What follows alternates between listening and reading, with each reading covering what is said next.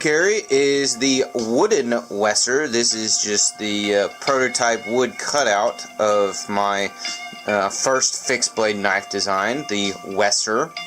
And Aries EDC has made this a reality for me. He has actually built this knife with real steel, not wood, and jute micarta handle scales that look absolutely sick. So check out Aries EDC. He's got the build video, part 1 at least, of making this knife, and then part 2 will be out very, very shortly, if not already by the time you see this little video clip. But yeah, the Urban Woodsman Wesser. So in the workshop here, I'm just doing some wood turning, and right now I've got this red cedar, American Southern cedar vase that looks freaking gorgeous, and it's all sanded up. And now I'm going to do the magic part, the part that I love, well, the second part that I love the most. The first part that I love the most about doing cedar on the lathe is getting that smell of that cedar when the shavings come off, and you just fill up the whole workshop with that smell of cedar, and that's just freaking awesome. Amazing smell. Love the smell of cedar.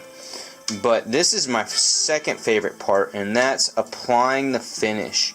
Because when you apply the finish to woods like cedar, it makes that grain pop, it darkens your reds, and it just looks sick.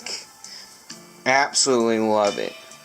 So I thought I'd share this moment with y'all. This is, again, my second favorite part of working with American Red Cedar is doing the finish and just watching this happen, this wood transform in appearance, and it just looks so good. I'm really happy with how this piece turned out. It does have a few imperfections, but obviously that's like you're working with a natural piece of wood, straight from the wood, straight from the tree that it came from when the branch broke off and fell down. That's how I harvested it. So it's not perfect. It's not going to be perfect. It does have a few cracks here and there that have been filled. But what do you guys think? How awesome is the look of this vase? There's a crack. There's a couple of skinny cracks there. The good thing is that they're very small cracks. Here's another one right here. And then I have the only ones that I have towards the top is this guy and this guy. So again, fairly minimal splitting of the wood, and wasn't too terribly of a difficult deal of filling those up and getting those stabilized, getting the vase stabilized so that those cracks will not grow and get any bigger.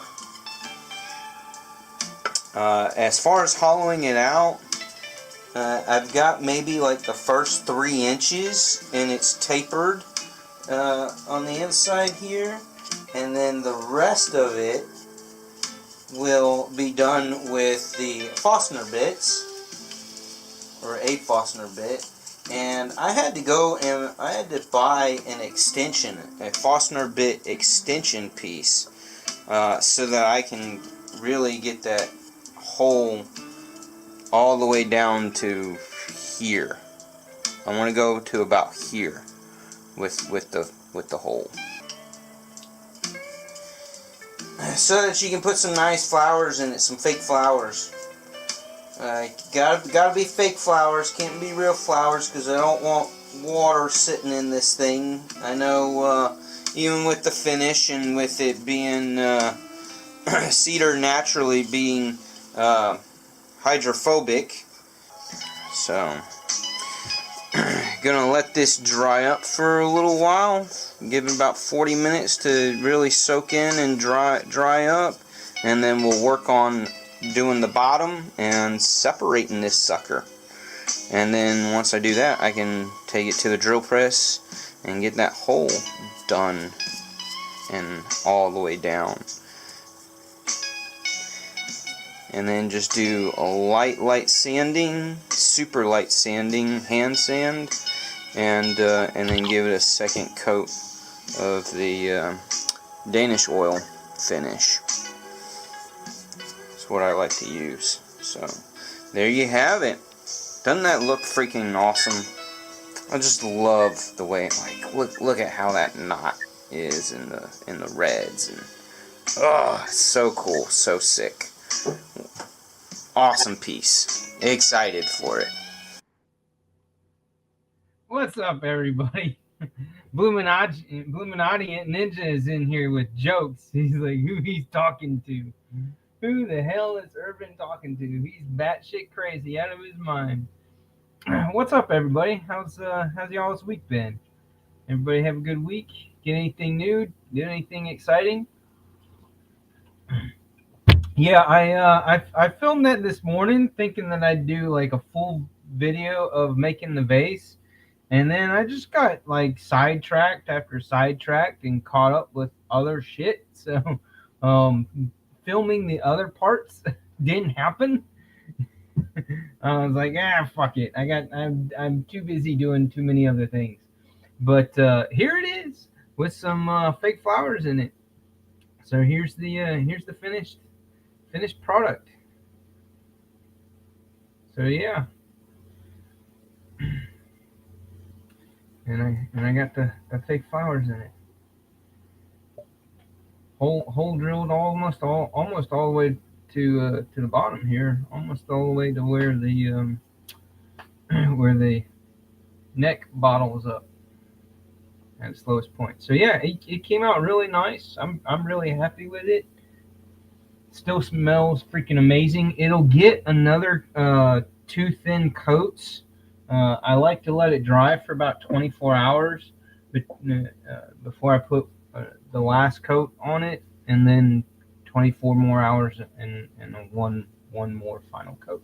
So I like the last 2 coats get spaced out quite a bit to really allow the wood to soak up that Danish oil.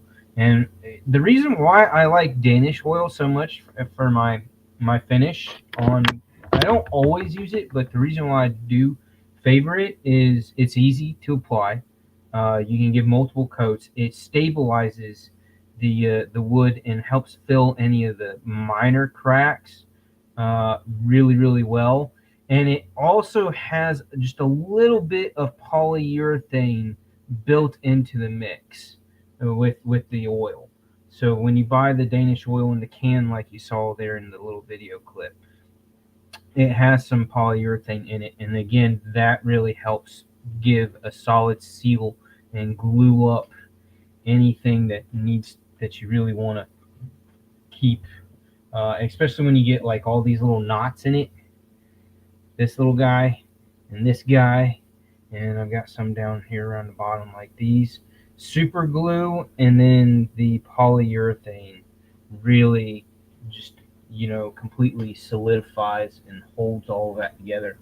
I've never, knock on wood, I've never had a knot on any piece that I've turned. I've never had a wood knot back out of its hole and pop out on me and have to go back and glue it back in. And I like to think that that's contributed to the fact that it's usually I put a little bit of super glue and then the polyurethane that's mixed in with the Danish oil.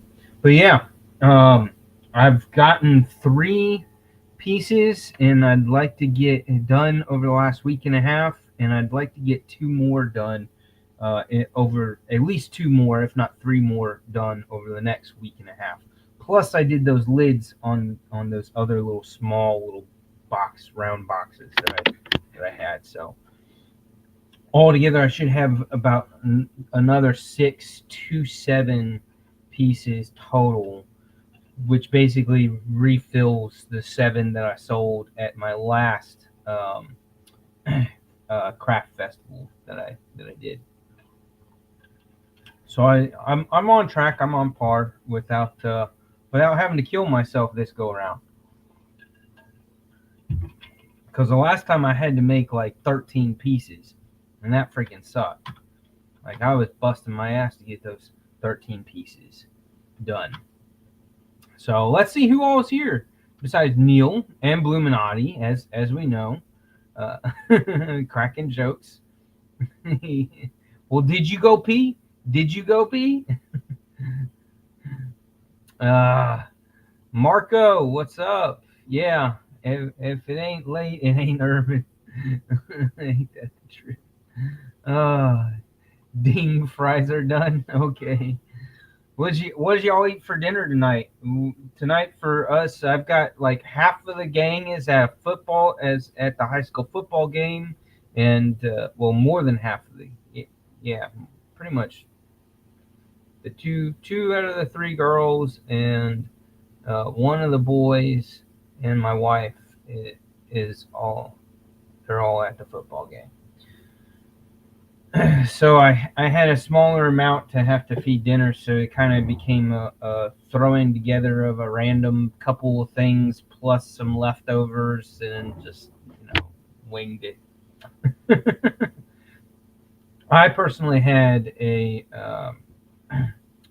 pork steak with some shrimp and like 4 bites worth of mac and cheese, because the diet is an anti-pasta diet, which I'm not doing a very good job of staying on lately. Like I'm struggling because it's the fall. It's that time of the year where you just want to like the soups and the chili and the more of the comfort food is like we're heading into fall and winter time, and like more of that comfort food is what I'm craving. And it's really hard to fight that. It's really hard to fight that. But we'll make it. The goal is to not gain a bunch of weight through winter like I did last year. I put on like 25 pounds last fall and winter, basically between September and freaking May of last year. I put on almost 25 pounds, and I need to really not do that this year. I need to not do that at all, like ever. in less than 8 months, put on 25 pounds is not good. So I busted my butt this summer, driving that back down, and so now I'm gonna make sure that I don't put it back on. Can't go back home. Kelly, what's up? How you doing? Eagle Scouts in the house. Hey, brother. Did you finish out a good week? Chicken sandwich tonight. Oof. Good. Now, here, I don't know how to do a poll. I'm not going to bother doing a poll because there's not enough of us. But I am really picky as far as sandwich and burger toppings goes. No yellow mustard. I cannot do the yellow mustard. Matisfaction can have the freaking yellow mustard all to himself. I am a no-go on yellow mustard on sandwiches and burgers. Mayonnaise I am picky with. I do not care for mayonnaise on a burger. I don't need mayonnaise on a burger. I don't really want mayonnaise on a burger. If there's gonna be mayonnaise, it better be a very light, thin little fleh of it, like next to nothing, because I just do not care for mayonnaise on a burger. But if there's not barbecue sauce, or there's not ketchup or whatever, and I don't have pickles, then I gotta have some kind of a sauce on the burger. And if there's mayonnaise, then I'll put just a real thin layer of mayonnaise. Margaritas? Who the hell is having margaritas tonight? Man, are you allowed to have a margarita in Texas unless you're in like Mexico, Texas? I thought you were a little too far north to be allowed to drink margaritas, Eagle Scout. But then, so then with mayonnaise, where I do like a decent amount, not a heavy amount, but a decent amount, is on chicken sandwiches. Mayonnaise and pickles, uh, and a little bit of lettuce on a chicken sandwich is top notch. Top notch. Can definitely do the mayonnaise on it on a chicken sandwich. Or a ham and turkey sandwich. Mayonnaise, a little bit of mayonnaise on a ham and turkey sandwich is good too. But for whatever reason, some people, both those who make the sandwiches and those that eat the sandwiches, like a freaking massive helping, like an oversized, shovelful of mayonnaise on their sandwiches, and that is, I want to slap you and tell you you're stupid for doing it. Like, that's terrible. Like, you do not need that much mayonnaise on a damn sandwich. Oh my gosh. Have any of y'all ever gotten a sandwich that's like that? It's just like there's like more mayonnaise than there is meat. Like you have an extra bun thickness of mayonnaise just thrown on top. It's terrible. It's horrible. I like I it doesn't happen very often to me, but it has happened, and it bothers the heck out of me. Oh, really? Really? There's restrictions where you can make tequila, but actually drinking it doesn't? Okay. All right. All right. Um, I do want to share with you guys. I do want to share with you guys something y'all saw in my little short video intro ish type clip, whatever that was. Um, y'all saw the wooden version of the Wesser. Well, I want to give y'all a a full preview, an early preview. Hold up. Of oh, I wish I could bigify that. Can I bigify that? No. Hold on. Hold on. Stand by. Technical difficulties with Urban. I wish I could move that over, but I guess I can't. That's okay. All right. Ready? Y'all ready for it?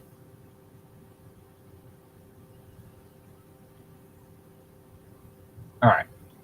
So this is my inbox for IG messages, and we have a little video clip as well here from good friend Scott Aries EDC. That, my friends, is the Urban Woodsman Wesser, made a reality by yours truly. I am so fucking stoked. I am so excited. You'll have no idea how much it means to me that Scott made this a reality. Like, for just like, it blew my mind when he said yes, that he would make this. And I said, well, I've got this little wooden prototype that I've made. Can I send that to you to help make it easy? He said, yeah, absolutely. That would really, really help. So yeah, he said, here it is. Here it is, all finished up. Isn't that freaking amazing? Oh my god, I'm so excited, so stoked to go pick this up. But it's gonna be a little while. It's gonna be just a little while because he's also making a Bloom harpoon for me, and so it'll be another 2 weeks before I go get this. But yeah, it's yeah. Here's some photos. There's that one.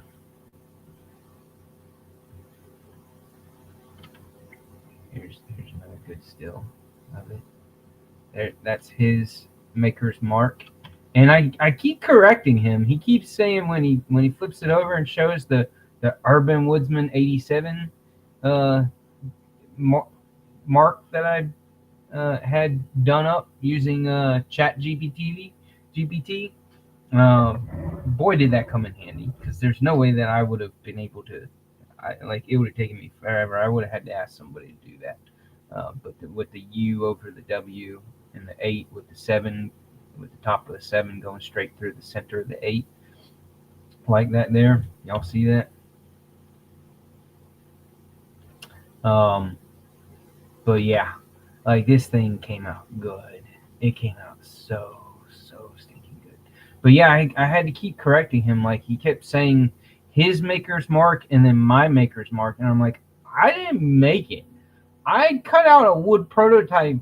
That's as far as that went. My mark is the designer's mark. I'm just the designer of this. I did not make it. I designed it. So like, twice I've corrected him, and just like, Scott, you gotta get it right. But no, it's okay. It's okay. He wants to include me. He's such a humble guy. Like, in all my conversations with him, and y'all know if you watch his lives and his videos, he's such a humble guy. But yeah, this is so cool for me. There it is in the sheath. Yeah, so freaking cool. I'm excited as hell, if you can't tell.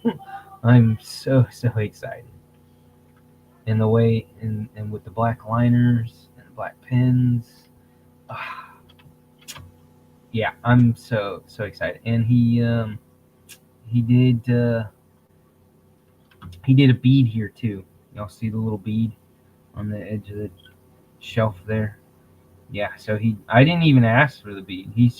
I think he's just like in that mental mode of build the knife, make a bead with what I got for the scraps out of the handle material. He's just like, his brain's just in that mode, automatically.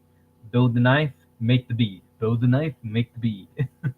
So yeah, without even thinking about it, he made the bead, which is cool, which is dope. For the Wester, I kind of sort of needed it. Like, I have a couple of beads that I was debating over and was gonna just throw one on, but the fact that he made one for me is just like, thank you. I cannot thank this dude enough. Scott, you are truly the man. This is the bead that I picked up. It's a pack of 2. I bought them off Amazon, and then this is the cordage that I picked up at REI, of all places. They had it on clearance, and then I did not realize with my REI membership account that I had some cash on my account, so I didn't pay for it. I didn't have to pay but like $1.50 or $1.25 for this cordage for freaking it's PMIrope.com utility cord, 50 feet with your 1/8 diameter, which is 3 millimeter, which is just it's a little bit smaller than 550 paracord. It's like a 350 or 400. It's 3 millimeters, so it's a little bit smaller than regular paracord, which I like for knives. I actually prefer that size. A lot of lanyards on my knives that are 550, I kind of wish that they were the smaller size. So I'm always hunting for that 350 or 450 range, just a little bit smaller diameter than your standard 550 paracord. But yeah, doesn't that bead look sick? They call it a lantern. But yeah, so he's got that slab of wood for me that I sent him, that I mailed him. Let me just go ahead and kill this for now. So I have that slab of wood, stabilized wood, that has kind of like a little bit of a reddish brown color to it, which will look really nice on the Bloom harpoon that he's doing for me. And so then I'll have that cordage with that bead to go on that. And I told him, I said, don't Do not, Scott, do not. Don't do it. Don't you dare make a bead out of the scraps. I have a bead and I have cordage. Do not. So we'll see. We'll see if he resists the natural desire to go ahead and just crank out a beat. Hopefully he doesn't. Hopefully he doesn't. Because that's just time that he could be working on somebody else's knife. But yeah. So what do y'all think of the? I've got a few people that have repeatedly paid me very kind compliments on the Wesser design.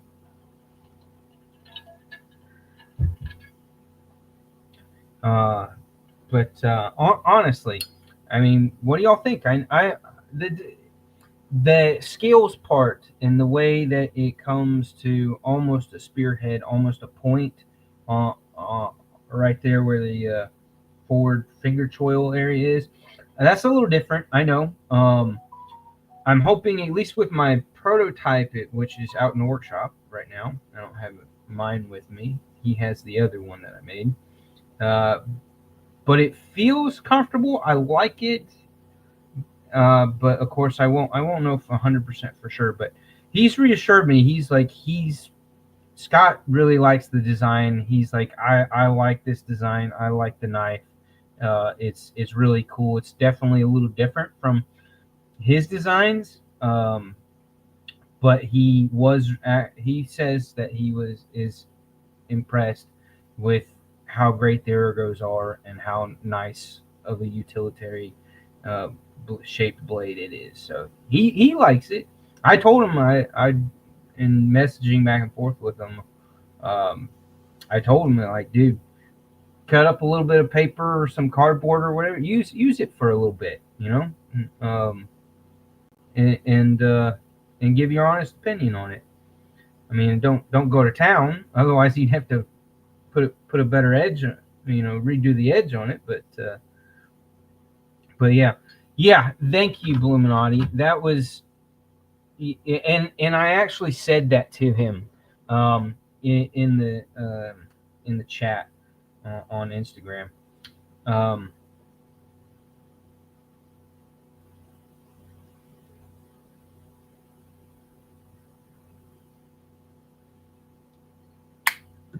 There were three people, three knife makers that I had in mind to ask, and out of the three of them, I felt like Scott was going to be possibly my best, as far as he was going to be the best person to ask first, because he was more likely. I felt like I was more likely going to get a yes, he'll do it, versus the other two makers. One of the other makers, there was a strong probability that he would have said yes to, but no. So then the other reason why I went for Scott first and asked Scott first, and asked Aries EDC first, was because of the fact that following his channel for a good number of months before asking him, just watching him be so transparent with his builds, with the knives that he's making, the fact that his designs are in the same genre, in the same area of skilled work that he does in the small compact EDC fixed blades, like just his designs and his vibes and what he does. My knife design fit very well with that, and so therefore I felt like he would do, out of the three designers, he was probably going to be the one to do the best job in creating what was my vision, and then also the pure transparency of it, in showing the process and showing every step of the way being able to watch someone create something specifically for you is just adds a whole nother level to the appreciation, the gratitude, the respect of a knife maker who's making something specifically for you, getting to watch them do it every step of the way. That's just like, I absolutely love that. Absolutely love that. Yes, Eagle Scout, there is a giveaway tonight. We'll do that right about 8:30. So don't disappear on me. Don't disappear. Don't go away. Right about 8:30, we'll do the giveaway.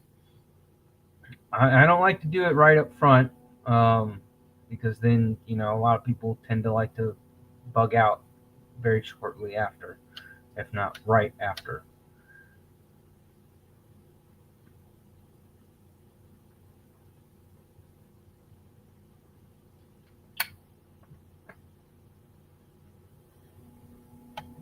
So again, I kind of like briefly touched up on it when I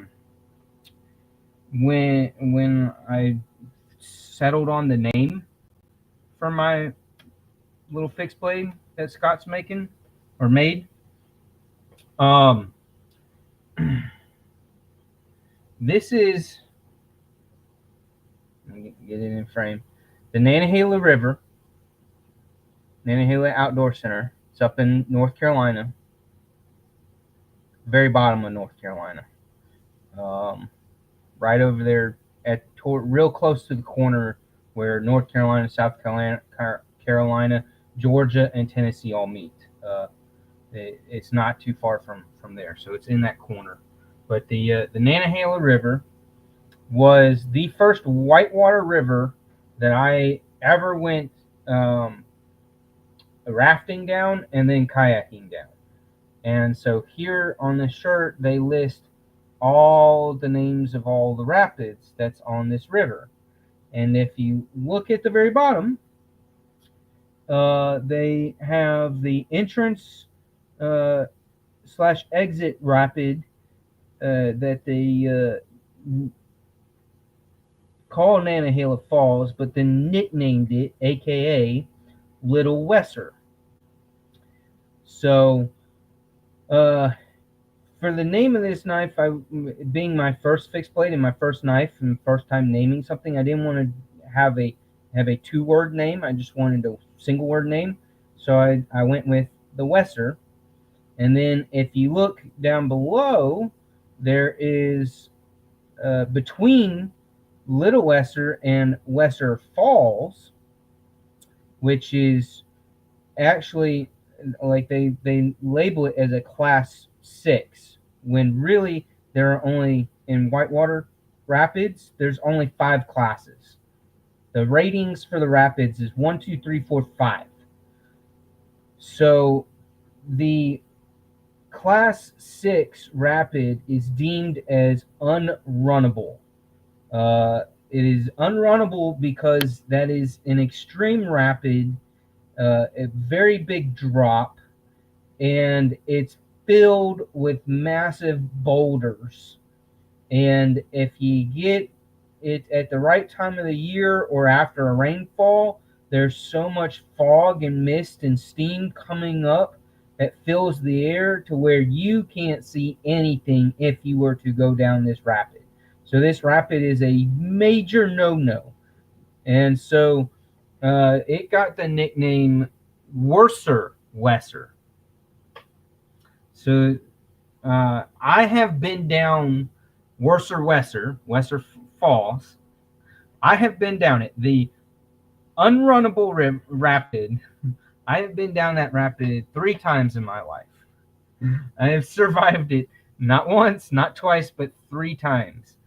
And yeah, luckily, one time I almost broke my nose and I smashed the nose in my kayak, the front end of my kayak, because I ran into a damn boulder, and got flipped over, and then had to flip myself back over right away so that again didn't get washed out, which would have been really bad.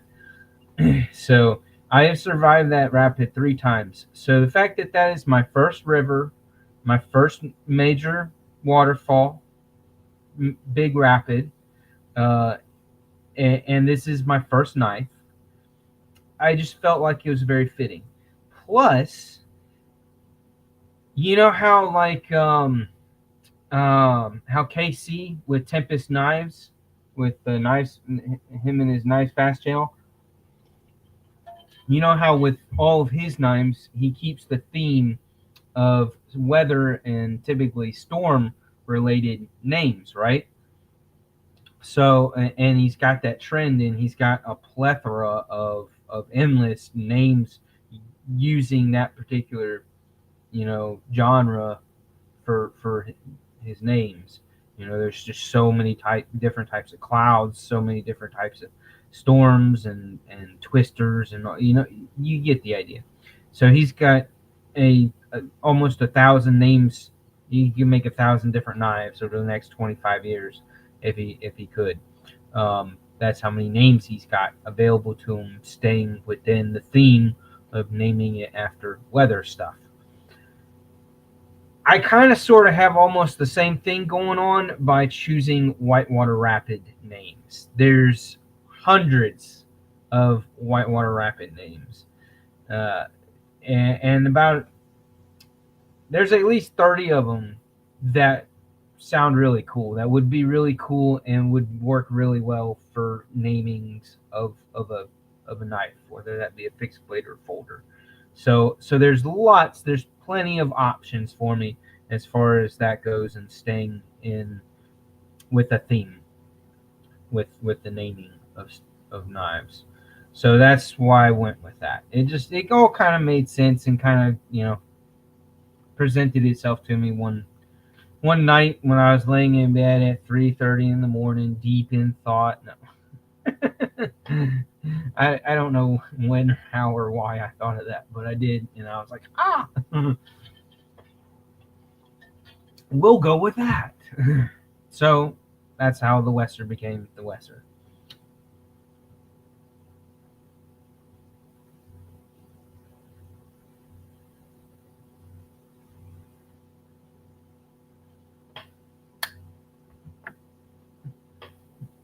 So if you can't tell, I am insanely excited about getting my hands on that Western. And with that, what do you guys think about that jute micarta that's on it?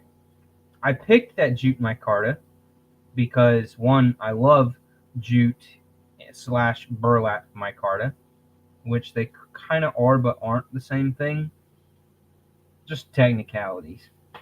But I absolutely love, out of all micarta, burlap micarta, which jute micarta is a type of burlap micarta, favorite type of micarta. I absolutely love the look of that micarta. So I figured tonight I'd show off the knives, because we're supposed to talk about knives, right? Can't spend all night talking about the Western, as much as I could and would love to. But I pulled out all of my burlap micarta. I have lots of micarta. I love micarta. Linen micarta is really good too, Kelly. Absolutely, I agree with you. Linen micarta is fantastic, especially primarily with flat scales. The burlap, in my opinion, is a little bit better for more rounded, more contoured scales, as far as providing more grip and better grip, and also looking cooler. When you get to flatter scales, the burlap doesn't look as great, and linen starts to look really good on flat scales. And what's awesome about linen micarta with flat scales is it patinas in a really cool, unique way, very much like copper and brass do. And that's what's awesome about linen micarta. Plus, it's just like burlap. Burlap has a very unique, fun texture to it, and linen micarta has a real fun, neat texture to it. But yeah, absolutely love micarta. But let me go through and show off all my burlap micarta knives that I have, or scaled knives that I have. So here's one that y'all might not be so familiar with. Buck, when they first, a handful of years ago, decided to join the rest of the party with updated materials and updated, more modern designs. Uh, S30V blade. This is the Sprint Ops Pro. Or not the Sprint Ops Pro. This is just the Sprint Pro. They did one model that's the Sprint Ops Pro, but this is just the Sprint Pro with the brown burlap micarta scales to it. And this thing is pretty sweet and very much like Aries, or not just like, but very similar idea in design of the jimping on the spine, which is not really jimping. It's just file work. They did that. Aries did that on his micro that he's keeping, and it just made me think of this particular buck knife where they did that super similar file work on the spine of this guy as well. So kind of cool. Again, doesn't give all that much traction, but it does. It's more for aesthetics. It looks really neat. Gives a different look and a different feel for it. And you definitely feel it. It's just not. It's not like it doesn't really grab at your thumb or finger. It's just a good resting spot to help a little bit, make sure that it doesn't slip. But it's that parts of the blade curved anyways. So it's mostly just neat with the file work. But yeah, that's the Buck Sprint Pro burlap micarta and S30V. Their Boss heat treat is one of the best heat treat systems in the business. Like for S30V, that's probably going to be the highest performing S30V because of that Boss heat treat. People forget about that with Buck. Buck has that heat treat process streamlined in a certain way that gives insanely good results for the steel. Here, Eagle Scout, you'll appreciate this one. This is my other AD 20.5 that I have. He's got the other one that he can keep as long as he wants. And so I have this one, and this one has the S30V blade steel on it. And I've got some Rips Garage Tech aftermarket burlap micarta scales that are like a burgundy red. So a very brownish red. Really cool scales for it. Again, the flat kind of like muddies up the burlap a little bit. Again, just gives it a little bit of a different look. Not as crisp, not as clean with that squared fabric pattern of burlap, but it's still neat. It's still really cool. And it's got the full or the half back spacer. Also, same material, so it just completely fills that back in. So there's that one. Here's a little bit of a flashback to a Stellar knife that was pretty popular for a good little bit.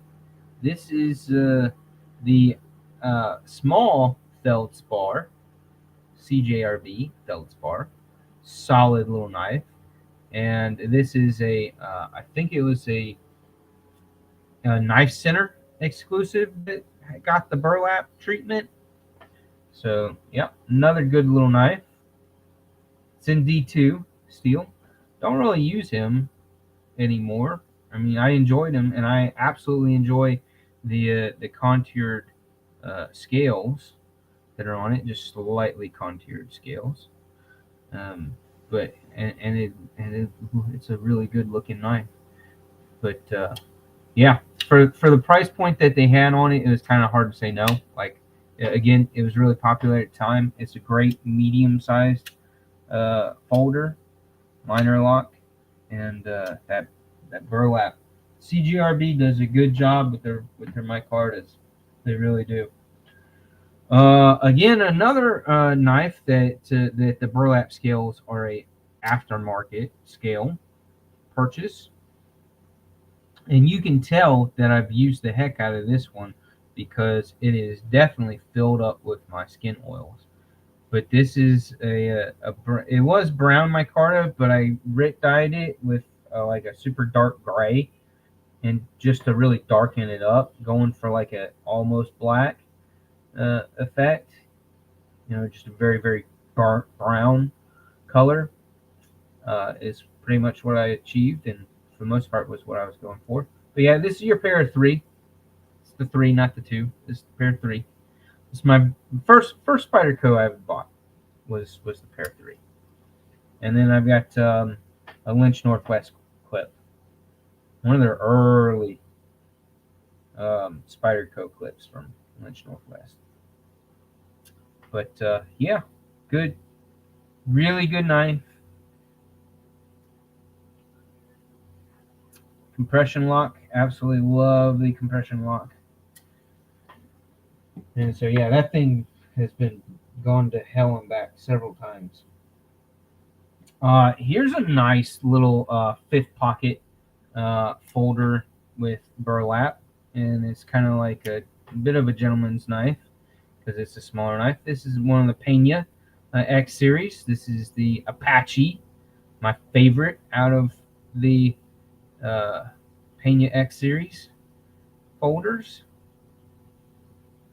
You got that sweet titanium bolster, and then the burlap micarta is pretty badass, and then a sweet modified Wharncliffe blade, reverse Tonto-esque blade with the swedge at the top. Really, really sweet, and it's a hidden bolster lock, which I very much like. I very, very much like. And a nice milled titanium pocket clip. Titanium backspacer. Yeah. Love this knife. This is a great small, dressier knife. If you got shallow pockets and don't want anything too big, too gaudy. What up, War Room EDC? How are you this evening? I'm just showing off all my knives with burlap micarta on them because burlap's, out of all of my micartas, burlap's one of my top favorites, pretty much the favorite. It is an M390, but I mean, don't knock it. They Pena's knives do their build is really good, and the M390 heat treat is really good on these. I absolutely love the top flipper, the Mohawk flipper. Is very subtle, but the jimping is money. It's perfect. It's absolutely the way it's supposed to be for opening this thing. Yeah, very very good jimping. It's tight jimping, and it's sharp, but it's not too sharp. It's like just right for excellent positive traction, and you can really flip this thing open. It's been a while since I've messed with this knife, but yeah, very easy to manipulate, very easy to open. Sadly, though, no love for lefties. This is right hand sided only. Cannot flip flop the pocket clip. But it's still a really really awesome knife. All right, another one which has been on the channel somewhat recently, the Castillo knives, Italian made, yeah, from Italy, and this is a mid lock back. It's a little guy. It's not a very big knife. I think it's like 2.4 inch blade, something like that. I don't know. We can get out Jason's ruler and let Jason measure it here. I will measure it for you. Yeah, it's like a 2.35 inch blade. Yeah, but this is the Listo. That's the name of the model of this guy, And I saw this guy in a general store up in South Carolina. I love going into those general stores. But yeah, one of the big general stores in South Carolina, and it's your Sandvik 14C28N, Spain, not Italy. Sorry, Spain. My bad. I don't know if the Spaniards would be pissed at me or the Italians would be pissed at me, but yeah, Spain. My bad, Spain. Made in Spain. Came from Spain. Castillo, Listo. The name's right there. But yeah, I saw this and they had it on sale at a really good price, like nobody else who was carrying the Listos could beat it. Like they had the best price, and they were the only ones that had this nice bright red burlap micarta, and that's what really got me. It was a combination of that and the file work on the spine. Like, how badass is that? It's just very classy, very classy. And then the jimping kind of fits in and matches with that file work too, and just made for a really cool little folder. No clip on it, so it's a pocket dropper. So you know, leather slip, which makes all that whole setup even spiffier. Here's one. I've got two fixed blades. Almost all of my fixed blades are with micarta handles, some form of micarta. Like 80+% of my fixed blades have micarta on the handles. That's almost a must for me. If I'm gonna own a fixed blade, I really, if I can help it, I pretty much insist that the handle be micarta for that grippy texture, insane durability, all the features that are packed into what micarta does and is like that. That just screams to me, yes, it has to be on a fixed blade.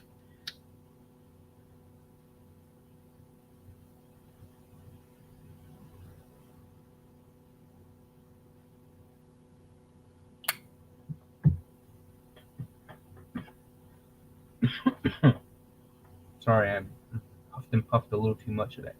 But this is an LT Wright. You can see the little cabin there on the blade. That's his maker's mark. But this is a micarta, a burlap micarta. It's a honeycomb burlap, which I don't know what that means. I don't know if that's just the color is honeycomb, but it is a burlap micarta. And this knife is a sweet little camp knife. Like, I have used the heck out of this thing. It is carved up a gazillion sticks for roasting marshmallows or cooking some bratwurst, or I've even put some gotten a stick that has like that Y split on the branches, and just carved up that Y split so I could put a slab of steak on it. But yeah, this knife is done a lot on camping trips, and I think I took it on one of my backpacking trips. But very, very, with that very super rounded, super contoured handle, that's just super comfortable. I had two gripes, and this is the one gripe that I have with LT Wright knives. The vast majority of his knives, the handle scale terminates right here, and it is not done like it is, as you can see, rounded down, chamfered down. And you see they're not perfectly even because this is my wonderful handiwork. I kind of just the way I did it. I like, I guess, more material taken off of my finger part than my thumb part when I go to this grip for drag cuts. But I like this grip because it shoves the the back end of the handle into the meat of my palm there, and then I get that pinch grip on the scales up there, and I can do my draw cuts really with a lot of precision. I absolutely loved that. And so and what felt right to me was taking more material off on this side than this side, leave more there for the thumb, and take off more for the finger side as a lefty. So it's I guess customized to my personal preference and my personal grip. But I wish he would do that. I mean, obviously he would do it evenly on both sides, not like this for me. But yeah, he doesn't do that at all. He just leaves it flat, just a complete 90-degree flat and it's almost sharp. And I hate that. I hate that he does that on so many of his knives. And then the other thing is jimping. There's no jimping there. I added those 3 notches to create some jimping right there, and it is fairly sharp. I didn't knock it down too much, just enough so that I wouldn't tear up my thumb. But yeah, just positive placement there with my thumb. I don't really ever do it with my finger like this. I like to do this for my draw cuts, not with my finger out. That's really just the jimping I want there for my thumb when I'm carving a stick and really trying to take a good amount of material off of the stick, or something else, whatever else I'm cutting, or like when I'm cutting rope. Like this is a must for when cutting rope, to make sure that this thing does not slide around in my hand when I'm cutting rope. Speaking of Aries, there he is. There's Mr. Scott himself in the house. Everybody say hey to Aries EDC. What up, Aries? How you doing, Scott? Thanks for stopping by. What is really nice about your LT Wright knives is you do get a rather good leather sheath. And you can tell, like, this sheath's been through hell and back too. Like, it's really been. I've used this knife quite a bit. I've carried this knife quite a bit. But the name of this, I forgot to mention it. It's called the Bandit. LT Wright calls this one the Bandit. Yeah, cool name. And it's got what's the blade edge on it? It's like 3.15 inch blade, a little over 3-inch blade. But awesome little knife. And then my other fixed blade that has my car scales. You missed it, Scott. I already talked and showed off the lesser and praised you. But I've been going through all the burlap micarta handled knives that I have, because I have quite a number of them, because it's my favorite handle material, especially for fixed blades. But my newest little fixed blade that has burlap micarta on it is the NAFS Lander. I think this is the 4, which is their fixed blade, and this is the version that has the sheep's foot blade with an S35 VN. Yeah, Lander 4 S35 VN. There's little Ben's little "What up, guys" emblem mark right there. This guy is cool because these scales are not, I mean, they're flat, but they're not. They have the most micro amount of contouring ever. Like they look like they're flat, but they're not.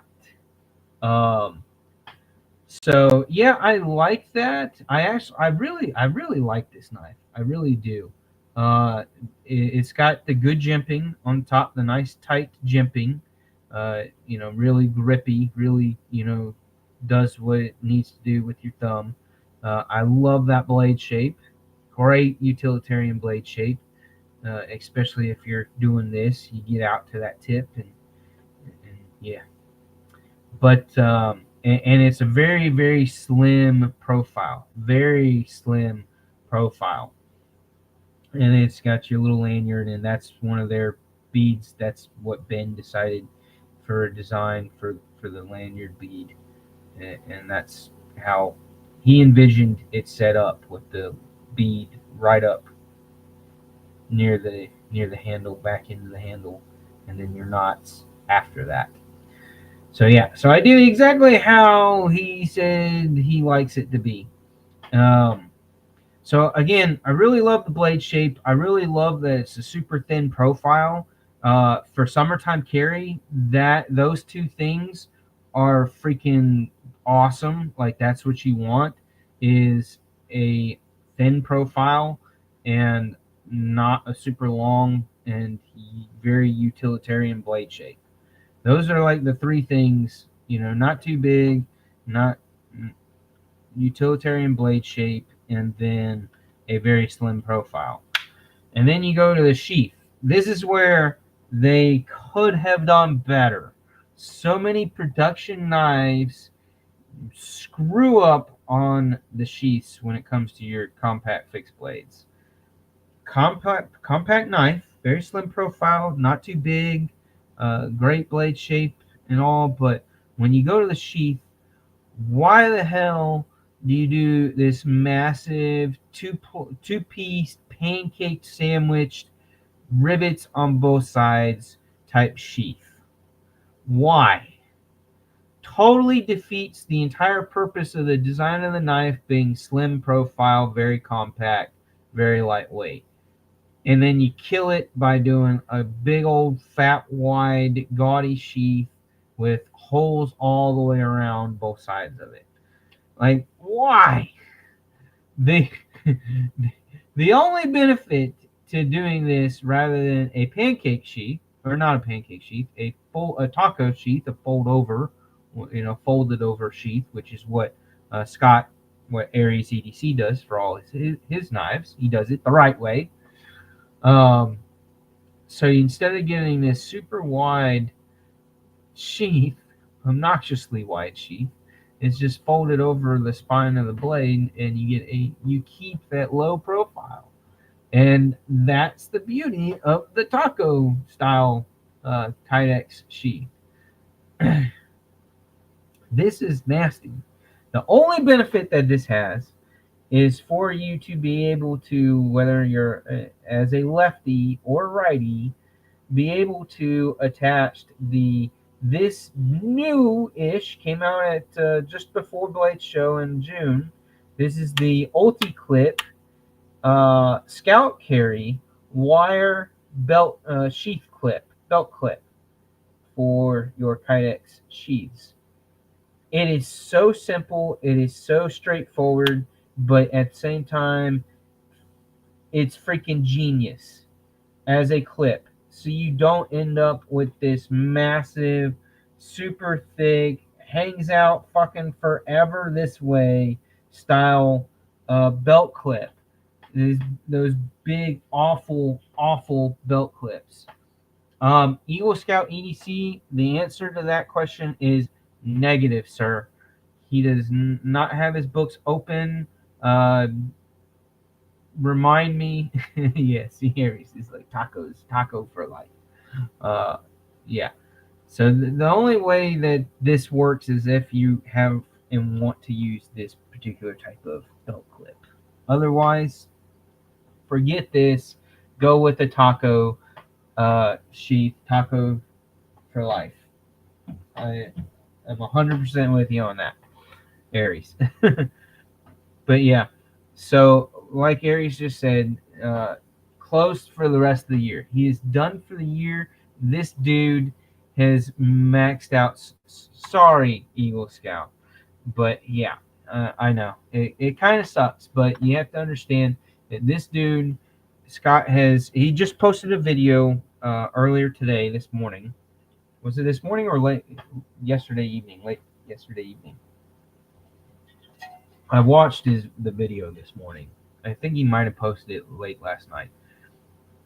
But his goal, his just like afterthought goal was 100 knives for the year, 100 builds for the year, and he's on track for that without any trouble. He should no doubt get that by mid-December, probably. Most likely. Yeah. Right, Scott? That's insane. 100 knives. That's what, 2 a week. 2 a week. Essentially, because there's like 52 to 53 weeks in a year, depending on the year. Yeah, that's nuts. That's 2 a week. Like nonstop every week, not taking. I mean, granted, he probably takes a week off here and there, but yeah, it's essentially numbers division wise, that's 2 a week. I can't imagine wood turning, making wood turned things on my lathe. I can't imagine cranking out 2 items every single week for the entire year. I mean, it's hard to do it in spurts of making 3 or 4 in a week, and then I take like a week or 2 off, and then make 3 or 4 again. Yeah, just the steady pace of 2 a week. That's of knives. Or wood turning, which takes about the same time. It takes me almost as long to this sucker. This damn vase was actually more of a pain in the ass than it should have been. The cracks were not, I guess, because the wood was so dry. I don't know what was going on, but I kept filling and refilling, and every time I'd sand down the super glue, then I'd find a hole, and I'd have to fill that hole, and then I'd sand it all down again, make it super smooth and super nice, and then another hole would pop up within the crack of where I was putting the glue. So like I had to reapply glue over and over, sand, glue, sand, glue, sand, glue, sand, glue, like a crap ton with that little vase. Well, I say little, he's actually pretty tall. I am failing at keeping this cigar lit. I either didn't pack the tobacco right, or I'm not babysitting it, sitting it the way it needs to be. But yeah, this guy's 8.25 inches tall. 8.25 inches tall. Which the lathe is up to, I think, 13 or 14 inches. I think is the longest I think 13 or 14 inches is the longest of a piece I can put on it. So that's on the longer side, on the taller side for what I can do with the lathe that I have.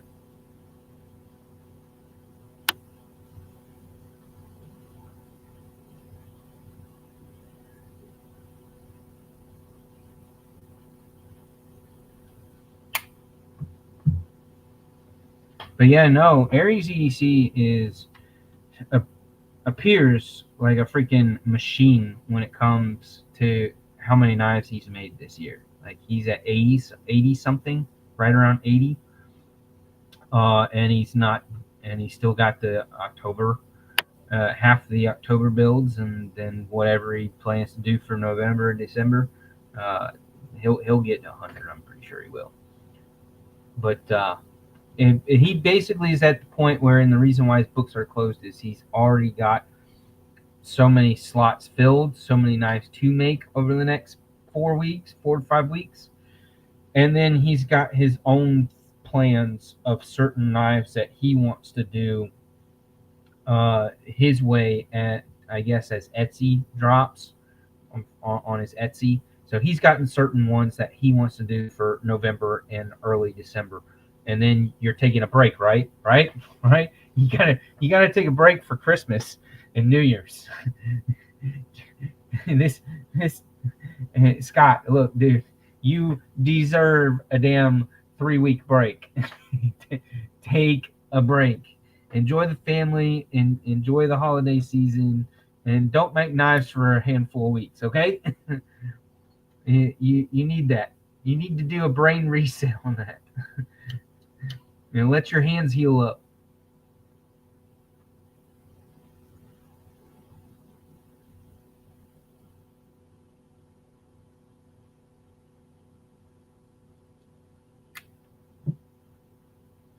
Any profession or hobby that requires a lot of work with your hands and on top of that more detailed work with your hands. I don't know how Scott feels about his hands, but my hands, with everything that I do, all my hobbies, all my activities, and the jobs that I've had that require so much heavy use on with my hands and more detailed work with my hands and my fingers, and my been constantly using all my joints. Like I just know, like, I'm before I'm 65, probably somewhere between 56 and 65, I'm gonna have arthritis type issues. Like, my hands and my fingers are gonna ache like nobody's business. I get enough cramps already as it is, but and just like I've just been, because of everything that I've done and do, I am destroying my hands. I'll be it'll be insane if I manage to make it to 70 without having bad arthritis in my hands. I just I know I'm destined to have issues.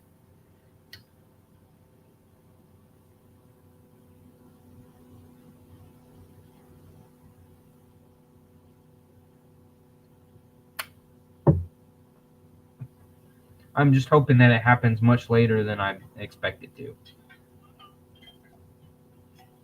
Uh-oh, Neil.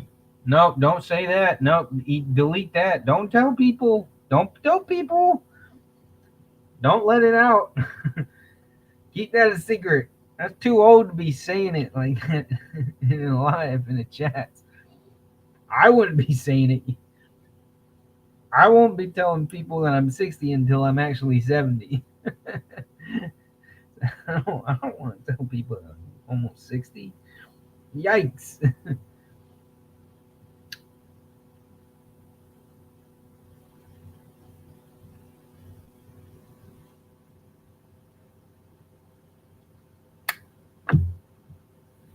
Eagle Scout, I tell you, with that, don't be like me. Don't be like me and be terrible at wearing PPE. I am awful at for not wearing PPE when I should.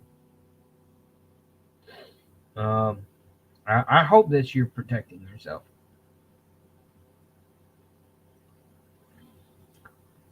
Yeah, tons of hand cramps, stiff joints from turning wrenches on furnaces, possibly breathing toxic gases, but it's within permissible expo. Yeah, that's like that's the cop out. That's the disclaimer. Uh, we're not liable within permissible exposure limits. Yeah, that's a big fu.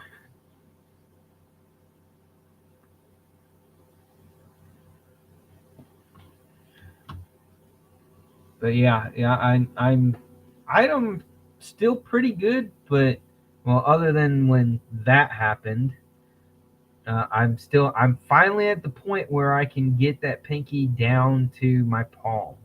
I can bend it to there. I can't go any further. I can't really squeeze into my palm like I can with this pinky. So I'm getting there. It's taking a very long time, and it absolutely hurts. It absolutely aches bending my pinky from after doing that. But I am lucky as hell that I still have that pinky.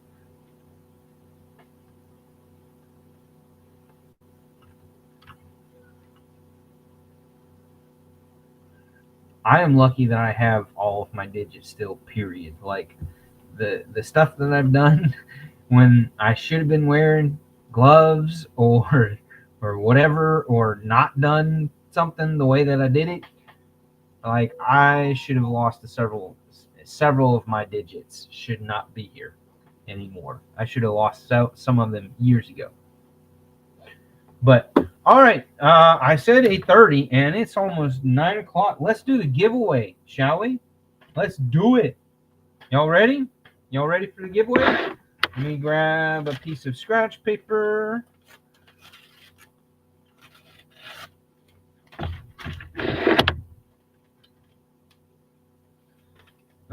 This is that super thin, very see-through paper. Like, look at this. Check out this.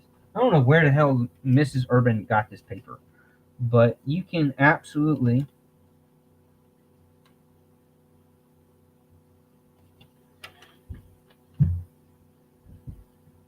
look how transparent those 3 ones are. And there's a rip right there because I tried to write on it without being on a hard surface. But you see those three hash marks through the freaking paper?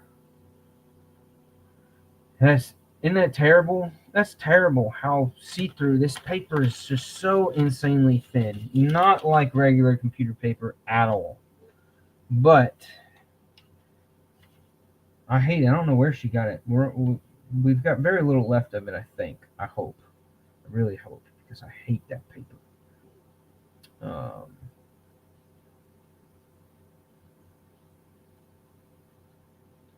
All right. I'm going to double fold to hide it. Oh, maybe even triple fold. Yeah, here we go. I'm going to wrap it all up real good because of how thin this damn paper is. Let's do the range is going to be that to that.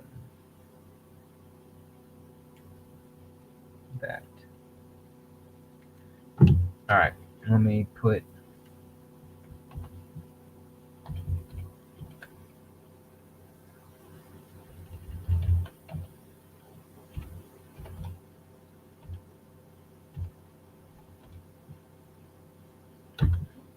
all right, y'all know the rules. United States mainland only, not sending it to Alaska or Hawaii or any other freaking faraway land. Got to be at least 18, which I'm damn positive all of y'all are. I think our youngest is Eagle Scout EDC in the group here tonight, but no double accounts. You guys know all the damn rules. Just behave, do the right thing, be fair. If you're gonna DSKFS to anybody, has to be somebody that's here tonight, not somebody who's not. But yeah, there's the range. There's start up. So the range is 180 to 320. 180 to 320. Y'all go ahead and guess away as I show y'all what all you're getting. So first of all, you're gonna have options. You're gonna have 2 options. You get to make 2 decisions tonight if you're the winner. 2 decisions. First decision is what color of these 2 bags do you want? These are great little EDC bags, very good Cordura fabric, like really heavy duty, nice solid fabric and solid stitching to these. These are not, even though they were inexpensive bags, these are not cheap quality bags. These are nice bags. So nice that I got a 3rd one that I'm going to keep for myself. But yeah, so first you get one of these. You get a bag. You get to choose which color you want, the black or the army green one here. Obviously, you get the patch, the American flag patch that comes with them, period. And then inside, I've got the goodies. So one thing is your pen, or not pen. I don't know why I said pen. It's thicker than a pen. It's bigger than a pen. This is your screwdriver with all your bits, and it's magnetic. So it's an aluminium for those across the pond. But yeah, it's not titanium. It's aluminum bodied, even though it's a dark gray, kind of an aluminum color.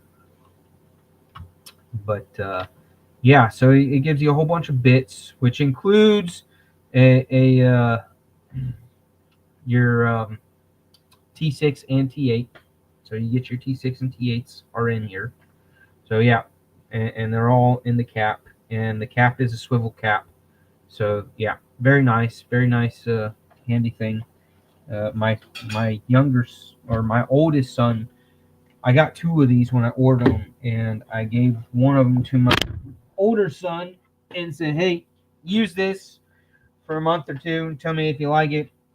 If you like it, maybe I'll get another one. I'll get more for future giveaways." The next item that's will be provided is one of your. This is titanium. It's a titanium spork, so it's got the spoon with the fork ends to it, and it is a titanium body. It's a full like 8 3/4 inches long, so it's the tall one, which for backpackers, for most of us backpackers, the taller one is a must because so many of your freeze-dried bags, the depth of those bags, if you have the shorter spoon or fork or spork, it goes all the way into the bag, and then your fingers end up getting all your food and stuff, whatever is inside the food bag gets on your hands, and then you're constantly washing your hands with eating. So the longer length is a must so that your hands stay cleaner. So yeah, titanium spork. How about that? That's an awesome thing to have. Uh, I do not like, that is a pet peeve of mine if you don't know already. I hate being out and about and eating food and using utensils. I cannot stand using plastic utensils. I hate plastic utensils. Just the texture and the flimsiness of it bothers me quite a bit. Quite a bit. So I like to carry one of those titanium sporks with me so that I can avoid plastic utensils at all possible. The next item is this cool little flashlight. It's USB C rechargeable. It is a very lightweight aluminum and plastic body, very bright. Unfortunately, the charging port is a nice large charging port on the back side here, so it's it's much easier to lift that and get to that than the little doohickey ones that are on the side.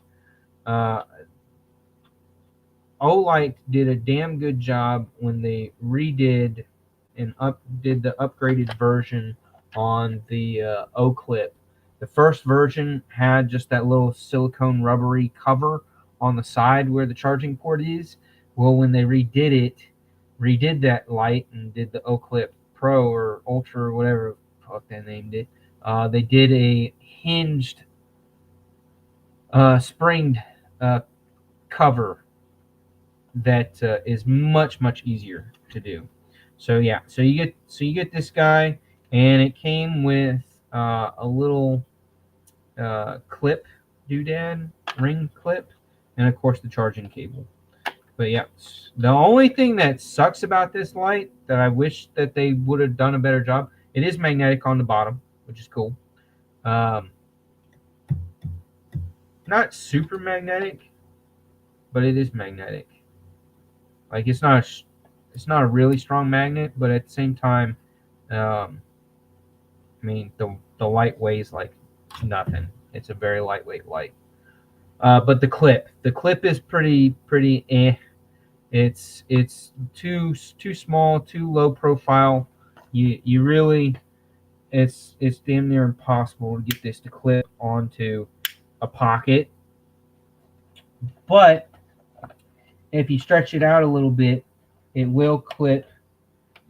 You can get it onto the MOLLE webbing or the Velcro, or not Velcro, the spandex straps that's in the bag.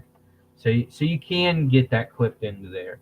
You just can't get it past a pocket, the edge of a pocket, unless you severely stretch it out, which is what I'm working on doing with my other one. What I've done is I've taken a couple of coins and wedged some coins up underneath it, so I'm not having to take it off.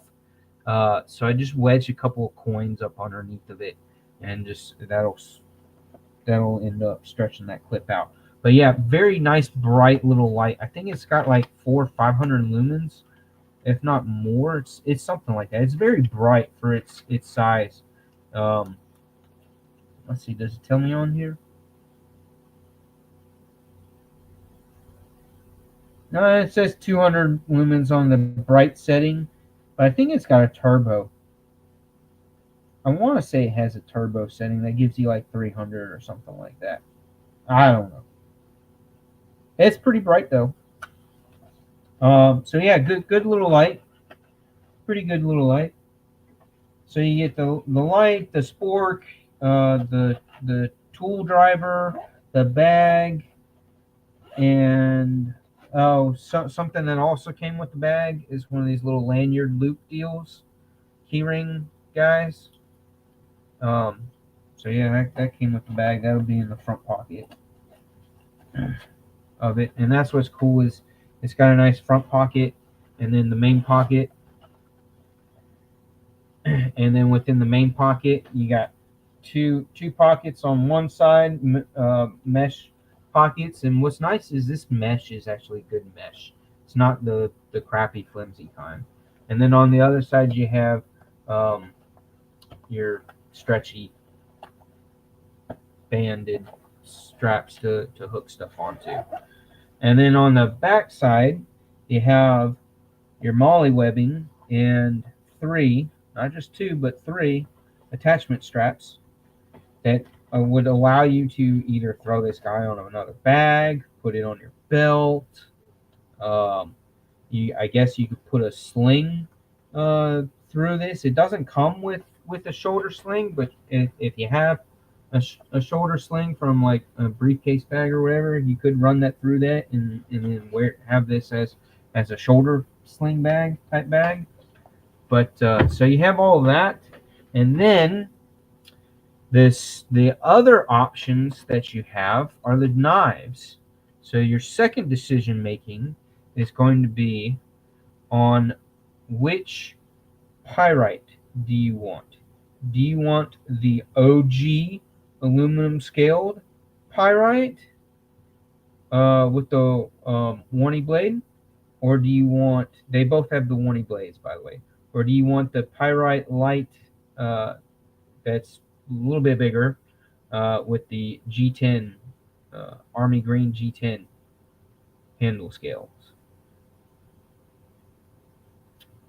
So that's your options for the knife. So you get to pick which knife you want, and you get to pick which color bag you want, and then you get the other goodies within the bags. All right, so pretty cool package, yeah? Everybody like that? Good giveaway? I thought so. So all right, let me go ahead and push the stop. I think everybody's got their guess in, right? Took forever for me to show everything off, right? So stop and stop.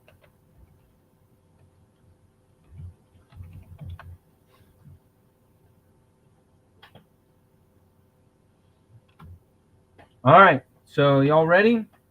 Let me get up to where my start button was, and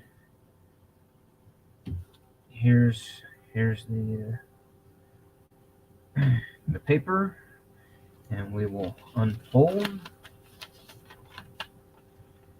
The winning number is 239. So without going over, who is my closest to 239?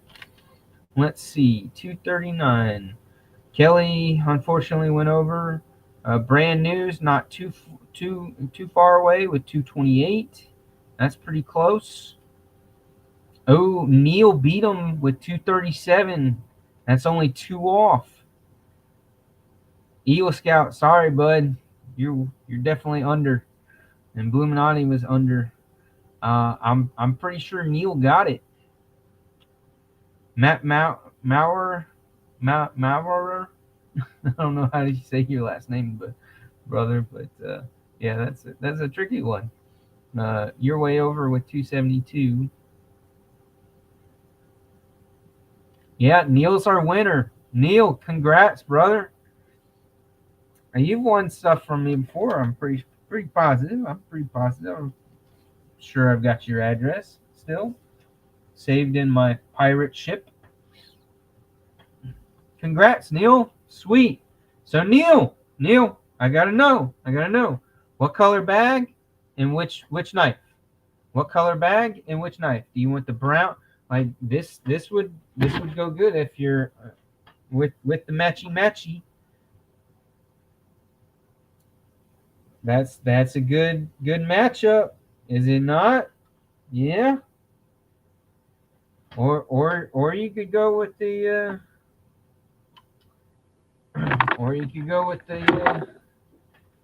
the the silver aluminum with the black bag.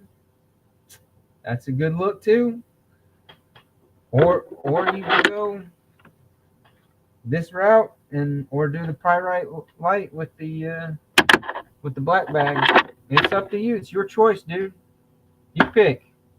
Don't leave it to me. That's a bad idea. Don't leave it to me.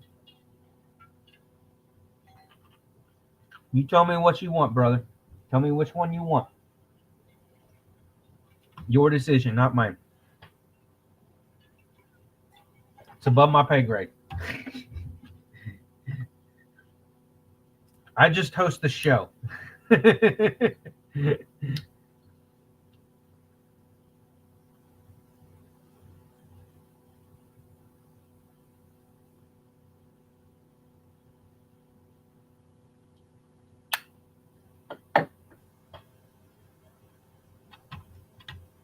All right, Neil. There you go. He went with the black and the OG knife. So guess what? November's giveaway is going to be. It's going to be these two with some goodies. All right. That's how we're going to roll. That'll be next month's giveaway. All right.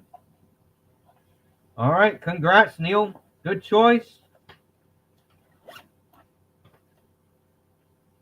I was pretty happy to get the deals that I got with these, snag these bags and the other things with it when I did. Yeah, y'all know that I almost always try to do a knife and or a flashlight with one or two other items, but I like these bags. These bags are a nice addition to the giveaway deals. And especially when they're well made, and these are well made. I like these. I ordered a red one, and I'm gonna make it my. I mentioned this in my last live. I'm gonna make it my oh shit kit. So it's gonna be. It's gonna have a bunch of first aid stuff in it, along with a small flashlight and a small knife and maybe a couple other things, but it's mostly going like 80% of the things going to be first aid stuff, and I'm going to nickname it my oh shit kit. And that'll be my extra first aid plus other things bag that I take with me on road trips or family activities, when we are going more than just to dinner or to run an errand or two. If we're actually leaving town for something, I'll make sure that I grab the oh shit kit. That's what I'm calling it. I don't want to call it a first aid kit because there's a handful of other items that I like to have in there with the first aid stuff, and it's kind of just fun to call it the oh shit kit. I don't know how y'all feel about that, but that's how I feel about it. Aries, Scott, are you still here?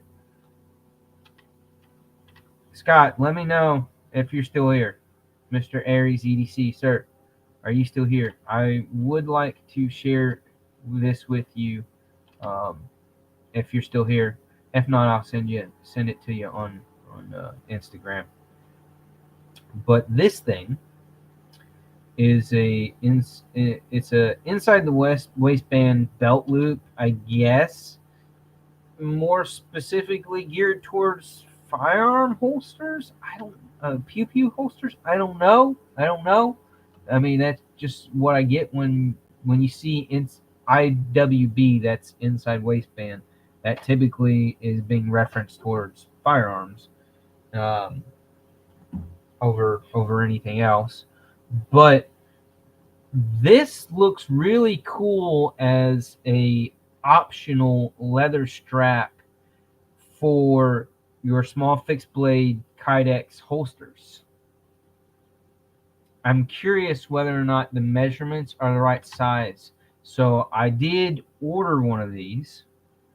I ordered this one right here, the chestnut color, which is like a dark red, like a reddish brown, which will match well with the Jute micarta scales that are on the Wesser.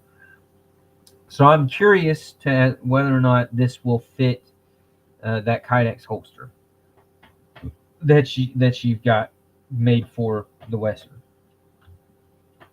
But I like this. Hold on, let me grab my other little fixed blade that I have up here that has the only other small fixed blade that I have that has that does the same setup for scout carry that Scott does on all his with these little loops is this guy right here. Again, you got micarta. I'm all about the micarta. This is a cool little knife. This is I'll show it off in a minute. I absolutely love the holster for this thing, or the sheath for it. But yeah, so in the problem that I sometimes have on my shorts, on my thinner material shorts, not really, don't have the problem with my pants with my jeans, because they're thicker material, and I typically wear a thicker belt when I wear long pants. But these guys like to shift as you're walking around or as you're getting in and out of the car or whatever. So the problem I have with these shifting is because these shift around, the whole sheath with the knife will kind of like walk a little bit along my belt, between my belt loops. It likes to travel because of that, just a little bit, not much, but a little bit, and that can be a little irritating, just a little irritating. So I'm curious. I believe that these straps here being joined like that might very well prevent that almost entirely. And so if it's the right dimensions, the right measurements, or if it's close enough, because it's leather, it would work as long as it's close enough. To have those straps in place of these straps. So I ordered it, and hopefully it'll get here before I go down to pick up the Wesser and the Bloom harpoon. So I'm so excited. I'm so stoked to get those. It's amazing what Scott can do. I love it. I love it. Love it. Love it. But this is the other brand. This was the other company that I was considering having do my asking them to do my design, the Wesser. This is a company called Houghton, ERA. And let me see. Oh, I killed Instagram. I can pull them back up on Instagram.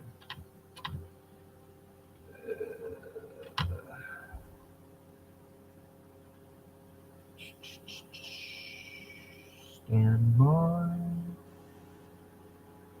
Stand by. As I try to find them on Instagram. I was just messaging one of them earlier today.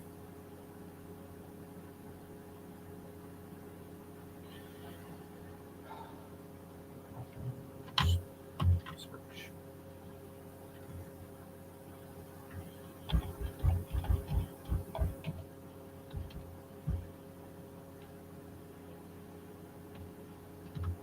They are the Morgan brothers. Hey, it's the Johnsons follows them. All right, let me share so that you can see them.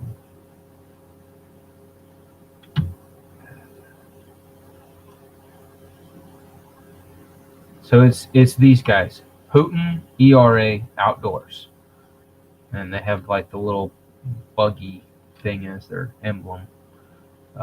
Yeah, see how Hayes Johnson's followed by. I was asking about this guy right here. This guy looks pretty cool. He wants $260. It's called the Beaver Tail, and he's got 3 of them as of noon today. I think was when I was messaging him. 80 CRV2, 58 Rockwell hardness.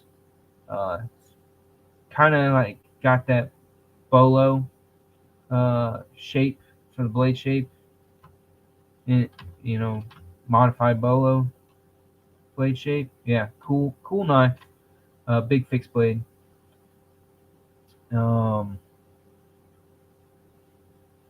where's see, look at that gorgeous burlap micarta. So yeah, I was going to ask these guys, and they're actually after I get my Wesser and spend at least 2 or 3 months with it, spend the bulk of the winter with it. I'm going to, as long as it's okay with Scott, which I don't see why he would have a problem with it, but I would like to present it to, if I like it and don't feel like I need to make any significant changes, modifications to it, I'm thinking of bringing it to these guys. Here's they call this the Kermit, by the way. That's the name of it. So here's another one that they've made. So these are cool, these little Kermits. And they have their full-blown website, so you can buy all their stuff straight from their website.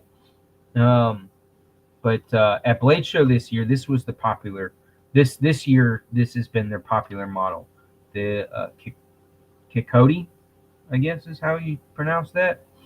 But it's a nice little, small, slender steak knife style EDC pocket fixed blade. Drop in the pocket fixed blade. Here's the fellas right there. They're a couple of goofballs. They're a lot of fun. There's some swell fellas. I really like them. They're all about the outdoors. This guy right here in the middle with the lot of gray hair, he rides motorcycles as well. So he and I have that in common, along with knives. This guy right here, he does more of the bushcraft, the one that's all the way to the I guess to the right of in the video here, which would be if you were standing next to him, it would be on the left side. But yeah, so the that guy, he's more in the bushcrafting out. Well, they're all kind of outdoorsy, but this guy is the bushcrafting guy. He likes the big blades, and does a bunch of wildlife hunting and whatnot. But you see, they do high numbers. They do large quantities, big batches. Well, big batches for a custom designer company. They do pretty big batches, but they roll out. They'll do a dozen of these little Kermits uh, every. They'll in 1 month they'll do a dozen Kermits, and they'll do like 20 of these Coyotes, uh, and they'll do like a half, like 5 or 6 of another design, all in 1 month. So they build, because there's 3 guys working on them. They are able to almost quadruple quantity output compared to Aries EDC. Scott's just a one-man show. But yeah, these guys, since there's 3 of them, they crank out some numbers. So if with the Wesser, if I really like the Wesser, if I don't see there's a need to modify it in any way, I would like to. The plan would be to present it to these guys and say, hey, would you like to make some batches, a batch or 2, and see how they sell? Not so much for me to gain really any income. I just think that if the Wesser is that cool of a knife, if it's that great of a knife, really, makes a footprint in the uh, small pocket EDC fixed blade world, that I would love to see more people get to experience it and have one for themselves, and not over overwhelm Scott with requests for it. Scott's more than welcome to, if somebody else wants a Wesser, and Scott's willing to do it. I've already told him. I said, hey, if somebody wants one, you're more than welcome to. Just make sure you put your mark and my mark on it. Just put both of our marks on it. But yeah, if somebody else wants them, I'm all for more people having a Wesser if they like the Wesser.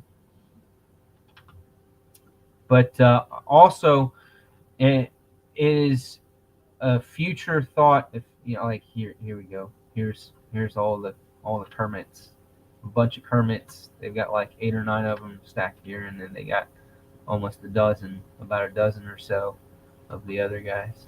So yeah, they crank out in numbers in much bigger batches. Here's a nasty guy. This is the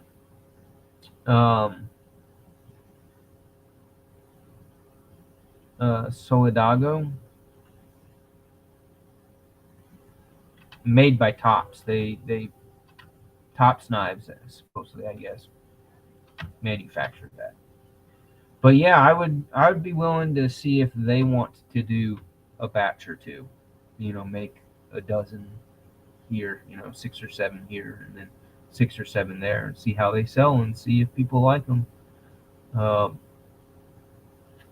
yeah, I was considering going to these guys, but I'm really glad that I went with Scott instead. I'm super, super happy with having Scott be the man to make the Wesser happen. Super, super glad that he said yes to doing it, because it is. I couldn't have asked for it to come out any better than it did. Like, he just nailed it, totally nailed it. Neil, you can hit me up on IG or email me.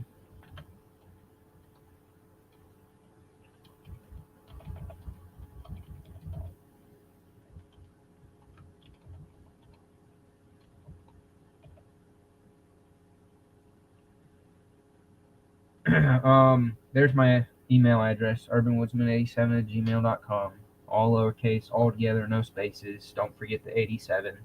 So yeah, you can email me your mailing info. I'm pretty sure, because I've sent stuff to you once or twice before. I think I'm pretty sure I still have it. Yeah, right there. So yeah, you can just send it to me an email, and I'll get that out to you early next week, Monday or Tuesday. Yeah. But one thing that I was not happy about with this knife. Well, there's two things, and they fixed one of them. My feedback, along with a couple of other people's feedback, was that the blade stock is too thick for this design, for this style. When you have this short of a blade and it not be very tall, this is too thick of a stock. Like there's like it's just it term the grind. The grind. I don't know if y'all can see where the grind is, but it's only halfway up the blade. The grind swoops right there. So this whole area right here, this area right here is the full thickness of the stock of the blade. So yeah, when you've only got about half of the blade being ground, it's really thick behind the edge. It is, and it's not hollow ground. It's really thick behind the edge, very thick. So it's not slicey. And when you get this small, you really want it to be slicey. Slicey is ideal when you get this small of an edge. For the sake of wanting to use this to do some small whittling, small carving, because like that's what it screams to me, and apparently a lot of others. But yeah, so when you got something like this, you want it nice and thin behind the edge. That fast, high slope that makes it really freaking thick. Yeah, it's too thick for whittling, for carving, for doing small stuff. It's just that's a really thick blade behind the edge. And then the other thing is, I mean, I don't see how or why anybody would hold it like this. You're going to want to, and it's designed to be comfortable holding it here like this with your pointer finger and that forward choil right there behind the edge, and that's where the jimping is on the spine. Like, I don't know why anybody would hold it all the way back here. That doesn't make sense to me. So if you're holding it all the way back here, then yes, the length of the handle is appropriate. But when you're here, boy, does that cut change with the ergos. How much is sticking out right here. So unless you've got freaking massive meat locker sized hands, most of us, we don't need all that sticking out. This really should terminate pretty much right here after that rear jimping. And I kind of like the rear jimping in the back looks kind of cool, but it's not doing anything for me. It's not doing anything for the grip. It's not helping in any way, shape, or form. It just really kind of just looks cool. But yeah, so I would have gotten rid of that. I would have terminated that, because when it's in the sheath and you got it scalp carry, that's just really far. And if you don't need that last inch and a quarter, it's quite a bit. Like, I've been tempted to just cut it off. But yeah, essentially that's an entire inch of the back end of the handle that I feel it doesn't need. I guess nobody else said that, so they left it, or they didn't want to change that for whatever their own personal reasons. But I would have taken off that last inch. That last inch is not necessary for me. So those are my gripes about this. I do like the sheath though. I love the black with that hex pattern to it, just stamped into it. That's cool. Not necessary, but looks cool. And of course, they did a taco style Kydex, and they got the nice push off ramp. And those are two things that Scott does, and then having straps like that for scout carry. Those are the things about a small fixed blade sheath that makes it done right and makes it look good, and I love it. Love it, love it, love it. But yeah. So this company might be Hooten ERA Outdoors. They might be who I go to see about doing a decent sized batch of the Wesser, and possibly do a larger version of the Wesser with like a 4 to 4.5 inch blade, probably a 4.5 inch blade.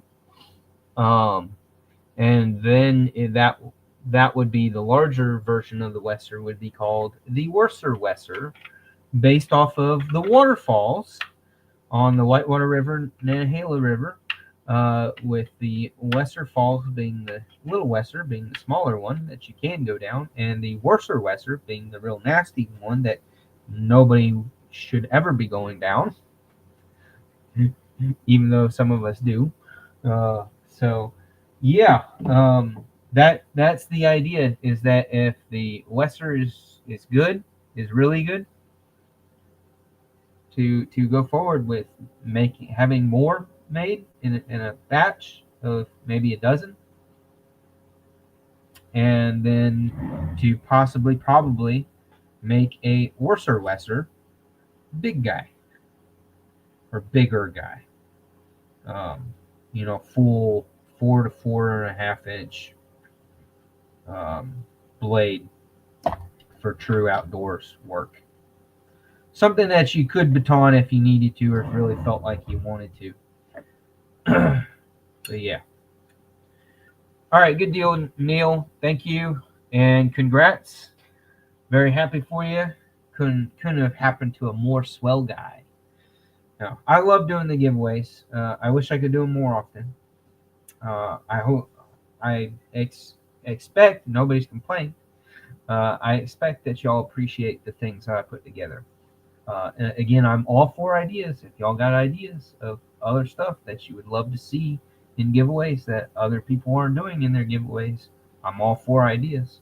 And if anybody wants a junk drawer giveaway, where I include 1 or 2 nice items, but then throw some random stuff that I have in one of my junk drawers, I can always do that. But yeah. Brown Sugar, you haven't won any of my giveaways yet, have you? You're due. You need to win one.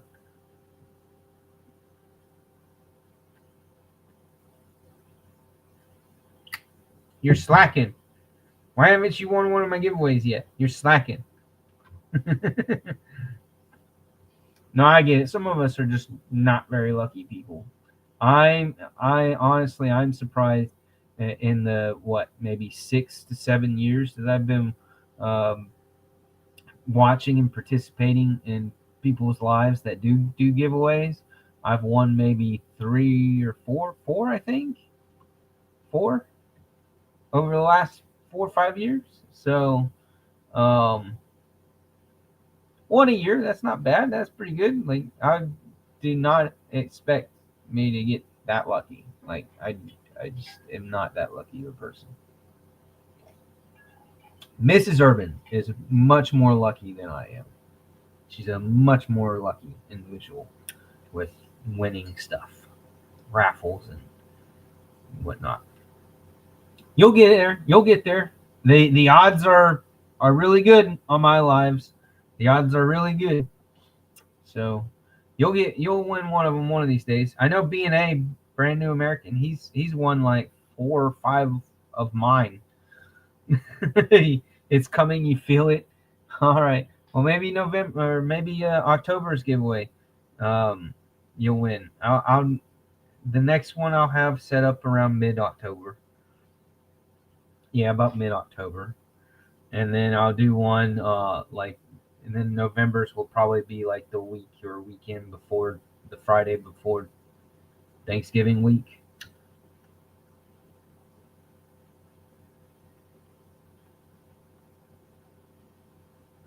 That's kind of the plan. Kind of feel what I feel like I'll be able to make happen. But yeah, y'all know that I do this with my own money and I don't work very much. So I hope y'all appreciate it. I like it. I like doing it. I like sharing the goods and the joy and giving back for the handfuls of times that I've been blessed. But all right, we're gonna call it a night. Call it a night. Everybody have a really good weekend. Stay safe. Don't do anything stupid like I do. And I'll see y'all around. All right. See you in the chats. Yep. Sounds good. All right, y'all take care. Bye bye. Bye bye now. Bye bye.